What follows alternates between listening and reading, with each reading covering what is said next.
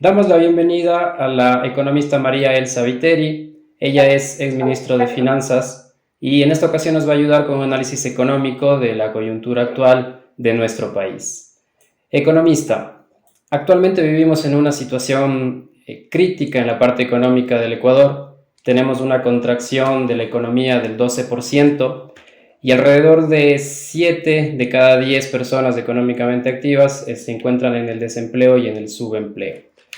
¿Cuál cree que sería el punto más crítico en la actualidad de la economía y qué se debería realizar? ¿Qué puntos debemos enfocar principalmente para tener una reactivación económica en el futuro? En primer lugar, muchísimas gracias por la invitación. Un saludo a todas las provincias del sur, ¿no? ¿Verdad? Comenzando por Azuay y Loja, que nos escuchan, y gracias a CJI por la invitación, ¿no? ¿Verdad?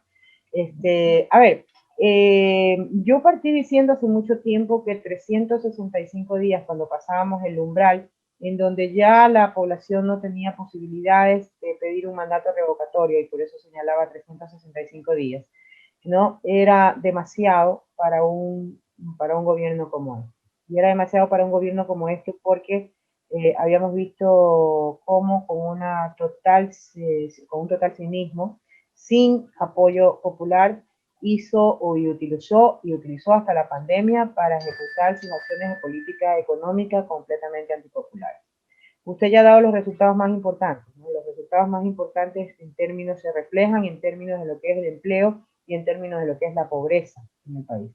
Y obviamente hoy tenemos, como nunca se ha dado en el país, esos niveles completamente por debajo de toda circunstancia, ¿no? ¿Verdad?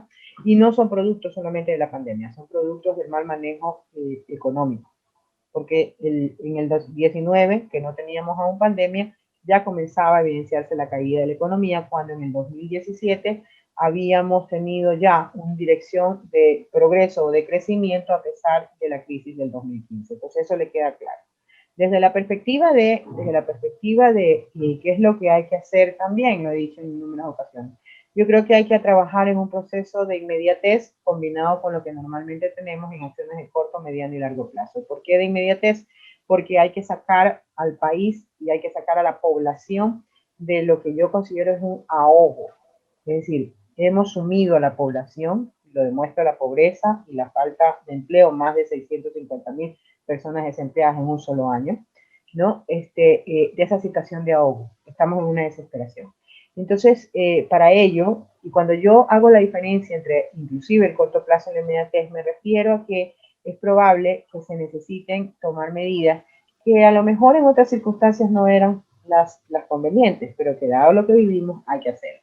Entonces, para mí, el planteamiento que ha hecho, y por eso estoy de acuerdo en cómo mirar hacia el futuro, el planteamiento que ha hecho Andrés Arauz, en dividir y decir, la pregunta que usted me hace, él la contesta y dice, lo que hay que hacer es trabajo, producción y liquidez, los tres aspectos fundamentales. Y entonces, dentro de eso y dentro de la inmediatez, trabajo y producción van de la mano, pero van de la mano desde la perspectiva, primero, de incentivar el consumo, porque si no hay demanda, no, no tenemos producción, y, o sea, no requerimos producción, y al no requerir producción, pues no se requiere trabajo, ¿verdad? Entonces, el proceso de un impulso inicial, que es como, yo lo planteo como la mecha, encender la mecha para la reactivación, que es a lo que se refiere Arauz cuando habla del programa de los 1.000 millones en manos de los hogares, porque los hogares son consumidores netos, ¿no? Entonces, esa parte implicaría que a través del consumo estamos generando una presión al proceso productivo, y ese proceso productivo entraría en una respuesta inmediata, lo cual generaría empleo. Pero claro, en el momento en que se ven presionados los productores, y fundamentalmente de medio para abajo, que son los más dinamizadores en el proceso de captación de empleos, en ese momento tenemos que automáticamente sumarle a esta solución de consumo una solución que vaya a potenciar o capacitar, digámoslo así, en la reacción de la producción. Y ahí viene también la diferencia entre lo inmediato y lo no inmediato. ¿Por qué?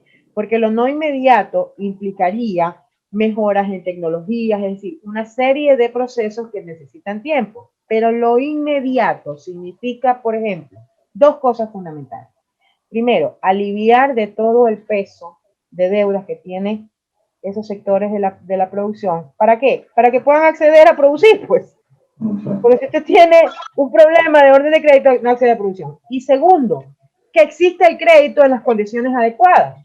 ¿Por qué? Porque lo que hemos tenido es un crédito malo, un crédito carísimo y fundamentalmente para los segmentos en donde más necesitamos dinamizar, lo cual no implica que haya una visión generalizada, como por ejemplo seguir fomentando las exportaciones, y sabemos todos que las exportaciones en lo inmediato, ojo, que hay que trabajar para que eso cambie, pero en lo inmediato los exportadores corresponden a los grandes segmentos económicos. Entonces, hay que seguir apoyando. ¿Por qué? Porque necesitamos esos dólares. Y entonces nos metemos en el tema de la liquidez, que ya el hecho de lanzar un programa a través del consumo implica liquidez. Que ya el hecho de lanzar un programa de disminución de presión de crédito, no solamente en la parte productiva, sino también en los consumidores, implica trabajar con la liquidez. Que no solamente poner más dinero a través del crédito implica liquidez, sino que necesitamos mirarlo desde la perspectiva de la administración o de la gestión de la liquidez. ¿Por qué? Porque cuando hablamos de liquidez y cuando hablamos de la administración macroeconómica, en realidad lo que estamos haciendo es hablar no de tener en nuestras manos liquidez, sino de gestionarla adecuadamente. ¿Y qué significa gestionarla adecuadamente? Significa sencillamente que primero tenemos que conservar nuestra liquidez. Eso se llama gestión. Economista, y segundo, general, adicionalmente, solamente termino con esto. Ayer escuchaba que una periodista de Coavisa, concretamente Stephanie Spin, trataba de encasillar a un Andrés Arauz por una palabrita: cuarentena de dólares. Mire lo mezquino que es la prensa hegemónica cuando quiere hacer su visión y quiere darle el significado que ellos quieren. Bueno, pues yo creo que ya pues Andrés lo manejó perfectamente bien, pero yo, María Elsa Viteri, le añado algo. ¿Sabe lo que significa? ¿Sabe lo que significa cuarentena de dólares? Significa que los dólares se queden en casa. Eso significa. Que los dólares se queden en casa. Es decir, que no los saquemos a fomentar el crecimiento y el desarrollo a otros sectores. Para nada significa que alguien se apodere de eso. O cuando nos piden por el COVID que nos quedemos en casa, estamos firmando nuestra acta de esclavitud a alguien. Economista, muy buenos días. Bueno, en esto de lo que usted nos ha mencionado sobre la reactivación económica a través de la inyección de liquidez para mejorar el consumo, también estamos viendo otro tema de problema que se ha venido dando, que es la salida de las divisas. Sin embargo, hay algunos planteamientos los cuales se pueden generar cierta inseguridad jurídica. ¿Cuál cree o considera usted que sea la mejor manera de que la seguridad jurídica no se vea afectada y poder con esto atraer inversión extranjera?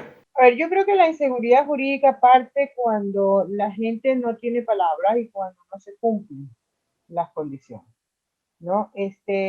Pero para ello, si usted analiza el plan que nos presenta, el propio Andrés Arauz ha hablado dentro de lo que es el crecimiento general y general del país, pero concretamente el industrial, la manufacturera, ha hablado en este tema de el establecimiento de un contrato de certeza económica. El Ecuador está dispuesto, según el planteamiento y la propuesta de Andrés Arauz, y yo coincido, está con disposición de firmar un contrato de certeza económica que difiere muchísimo a las garantías que los malos inversionistas piden. ¿Sí? El contrato de certeza económica, hasta donde yo, o mejor dicho, desde mi perspectiva, que yo lo concibo, es un contrato que lo que se hace es decir, sí, yo voy a mantener todas las condiciones con las cuales tú tomaste la decisión, pero, pero también tú te comprometes a cumplir con todo lo que implica la situación del país, porque yo no te estoy ocultando nada, yo te estoy diciendo, así nos manejamos en el país.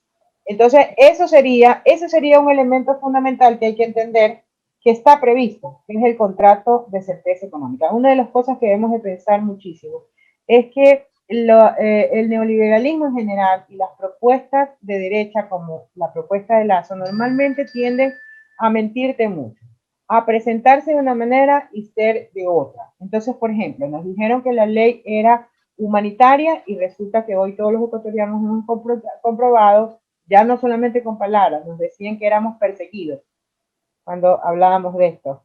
Ya no solamente, sino con hechos, se demuestra que la ley humanitaria lo que menos tiene es humanitaria. Hoy nos presentan una supuesta ley de defensa de la dolarización. Señores, lo que menos tiene es de defensa de la dolarización. ¿Sí? ¿Qué nos dicen? Nos dicen seguridad jurídica. Nos presentan sus instrumentos con seguridad jurídica. No, no son instrumentos de seguridad jurídica. Son instrumentos de entrega de la soberanía nacional como los TBI, por ejemplo. Nos dicen, nos presentan instrumentos como la asociación público-privada y resulta que la propia CAF en su manual para el manejo de este tipo de cosas hace la advertencia de que muchas de las propuestas en realidad son privatizaciones escondidas, tal cual lo estamos viviendo en Ecuador. Como no se puede privatizar sectores estratégicos, nos presentan unas supuestas APP, pero yo los invito a que revisemos el tipo de contratos que se están firmando, que se han firmado bajo esta línea, y nos vamos a dar cuenta que lo que menos tiene es de una asociación público-privada. Entonces, cuidado, ¿eh?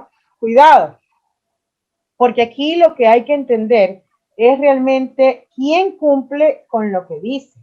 Y ya sabemos realmente que lamentablemente cada vez que nos pintan de oro algo, resulta que es un fraude de oropel.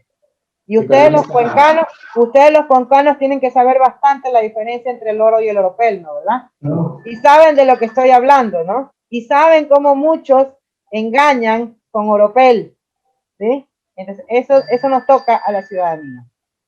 Economista, otro tema que preocupa a la ciudadanía es la deuda pública que mantiene actualmente el Estado. Analistas dicen que supera el 60% en conjunto deuda externa con deuda interna.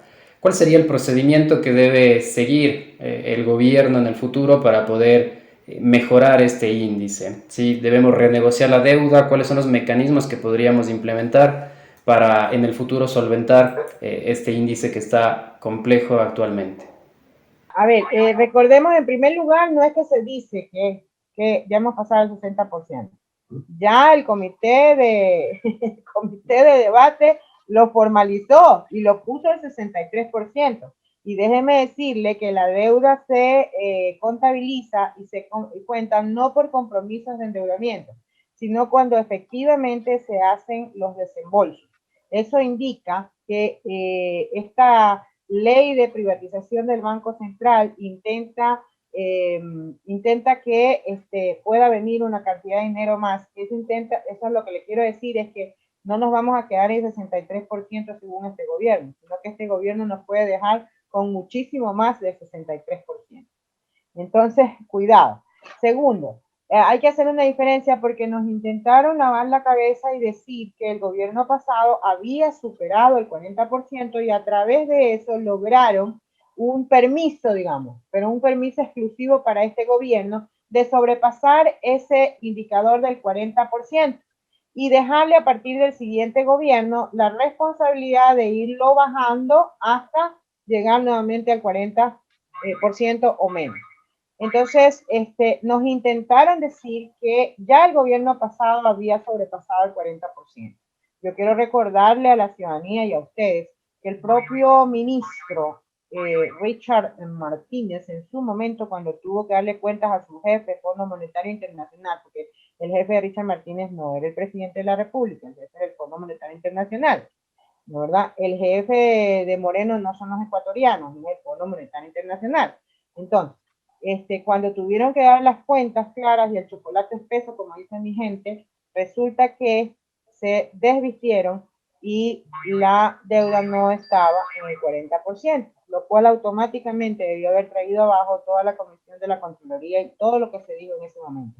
Y todos los que hablaron, que aseguraron de un sobrepaso del 40%, debieron haberle pedido perdón al Ecuador, porque eso ocasionó una serie de tomas de decisiones completamente contrarias, arbitrarias y maliciosas y perjudiciales para el pueblo ecuatoriano, como fue la renegociación última de la deuda externa.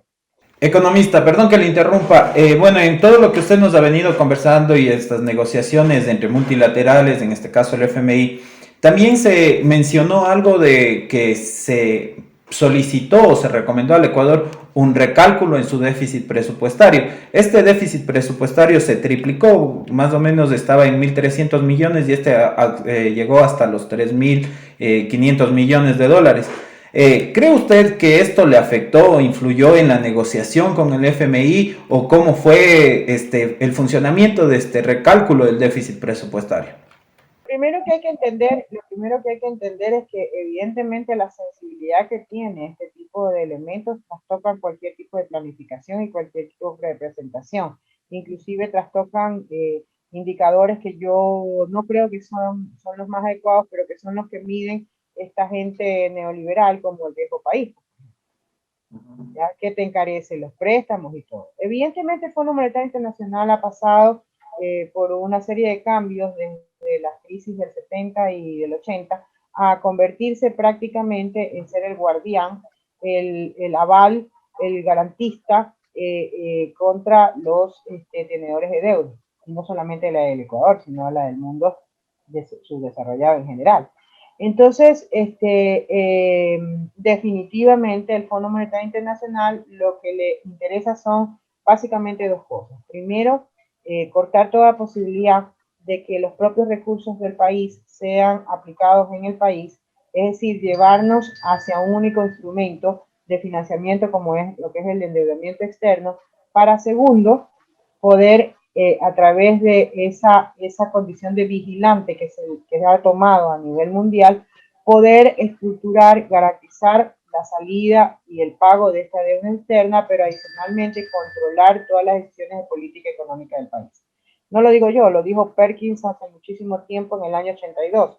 ¿Cuál era el objetivo y la estrategia? Era sumir al Ecuador, entre otras naciones, para que entre en una deuda impagable y someter de esta manera todas las decisiones de política económica. Eso se revirtió en el 2009 cuando esta servidora hizo la renegociación de la deuda y entonces los dejó sin piso. Y creo que por eso es una de las razones, o sea, dolió tanto, clavamos el puñal tan hondo, por decirlo de alguna manera, la herida fue tan grande porque fue una herida no solamente en el plano práctico, sino en el plano moral para la institucionalidad neoliberal internacional financiera, ¿sí?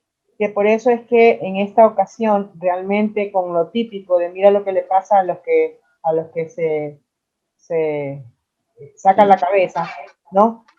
Y con la existencia de ecuatorianos entregados a los intereses internacionales, pues es que se ensañaron con el Ecuador, se ensañaron brutalmente en este retorno, porque lo que hay que entender es que la era de Moreno es el retorno del Fondo Monetario Internacional. Y si ustedes analizan el primer encuentro que tuvimos con Velasco Ibarra, ¿no? De ahí, o sea, así, ¿no? Porque acuérdense que nosotros justo estuvimos en el boom petrolero en los años 72. Entonces, claro, de ahí el primer encuentro de familiaridad ya fue en la época de León Pérez Cordero, Borja, Sixto Durán, que fue terrible, ¿no? ¿Verdad? Y la segunda época de familiaridad viene con todo lo que sucedió, toda esa parte. Y de ahí el Fondo Monetario Internacional vivió una sequía completa porque el país fue soberano, el país entendió que tenía que tener su modelo, entendió que tenía que aplicar su sistema de política económica y entonces cero Fondo Monetario Internacional, cero receta Fondo Monetario Internacional, ¿no, verdad? Y lo que tenemos con Moreno es el retorno del Fondo Monetario Internacional. Entonces viene Viene como cuando, lamentablemente, yo soy contraria a las corridas de toro, pero lamentablemente pasa cuando le ponen las banderillas al toro, ¿no? Que lo que hacen es picarlo, picarlo. Entonces viene picado, ese toro viene picado, y viene picado para hacer lo que nos hicieron. Y entonces en la renegociación de la deuda externa cometieron el acto más brutal, el primero y más grande acto brutal, que fue mediante esa aceptación, reconocer un valor de endeudamiento que es completamente ajeno al valor de mercado.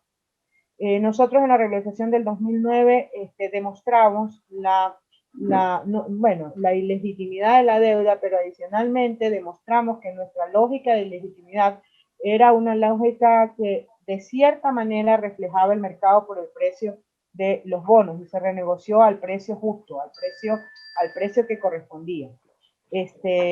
Claro, los males o los ataques o los resultados morales sobre nuestro pueblo quedaron pendientes, pero eso tendríamos que tenerlo desde una perspectiva de una corte internacional, desde la perspectiva de derechos humanos, y eso efectivamente no se ha dado hasta hoy. Pero actualmente, solamente déjeme terminar porque es importante, si usted se da cuenta, la renegociación actual nos llevó a una supuesta rebaja del 3%, 97%, pero no nos explicó el gobierno nacional, nosotros sí lo dijimos y lo hicimos evidente, no nos explicó que esa deuda costaba menos de 20 centavos y la renegociaron a 97. Economista, muchísimas gracias. A veces el tiempo nos apremia. Como le habíamos mencionado tras cámaras, a nosotros siempre nos ha parecido desde el punto académico y desde el punto técnico cómo ustedes realizaron la renegociación de la deuda. Tal vez a futuro nos toque hacer de nuevo con estos cambios que está viviendo el país, con la pandemia que se ha venido dando. Una vez más, agradecerle. Para nosotros siempre es gratificante poder tener criterios y además posturas cómo se está dando en este momento la situación económica, y de paso también esperar que esta, que ha sido la primera vez, tampoco sea la última y podamos también tenerle en otra ocasión. Si no es de forma presencial, a lo menos por forma virtual. Roberto, no sé si quieras decir algo más. Agradecer muchísimo, economista, por este aporte valioso que se hace desde estos espacios radiales y que tratamos de fomentar dentro de la academia diferentes puntos de vista, análisis críticos y sobre todo con su experiencia que nos pueden dar un valor agregado. Agradecer muchísimo y como decía Leonardo, esperamos una próxima oportunidad para poder conversar. No será la primera ni la última, para mí un gusto enorme, pero yo sé que el tiempo apremia, pero es importantísimo algo que tú topaste. Lo que ocurrió en el 2007 fue la construcción de una institucionalidad en un país, en un estado en donde no existían estas relaciones. Y lamentablemente lo que vivimos a partir del 2017 fue la destrucción de la institucionalidad. Entonces, no se trata de visiones, se trata simplemente de una lógica racional, de tener un país con una estructura, de hacer un Estado. Y esa es una tarea que nos queda muy todavía por delante a todos los ecuatorianos. Gracias a ustedes, un abrazo inmenso. ¿Qué más diera yo por estar en vivo y en directo? Porque aquí me falta la pasión cuando me entrevistan. ¿Qué más diera yo por estar? Pero dadas las circunstancias parece que vamos a tener un esquema más restrictivo y solamente me permito decir que acuérdese que alguien gritó incendio, no hay que cuestionar el incendio, ¿no? ¿Verdad? Hay que lamentablemente resguardarse. El problema fundamental con este COVID es la falta de garantía, la falta de confianza que tenemos todos los ecuatorianos para saber si el grito de incendio es producto de Juanito, el mentiroso, o realmente es una existencia, ¿no? Yo no cuestiono ese grito, porque no tenemos que cuestionar cuando hay un elemento tan grave como nuestra vida de por medio, ¿no? Pero sí creo que definitivamente mañana tendremos que analizar pero muy seriamente si alguien utilizó este elemento gravísimo para otros fines. Eso queda pendiente para los ecuatorianos. Lamentablemente, si así fuera, el mal ya está hecho. Pero si no, sintámonos orgullosos de haber respetado el bien más importante que tenemos, ¿no? Nuestra vida.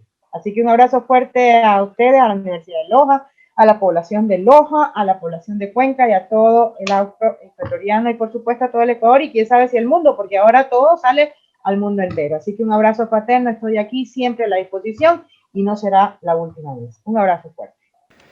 Finalizado la entrevista, entonces damos paso a nuestro siguiente segmento, que son notas económicas, donde abordaremos diferentes temas económicos nacionales e internacionales.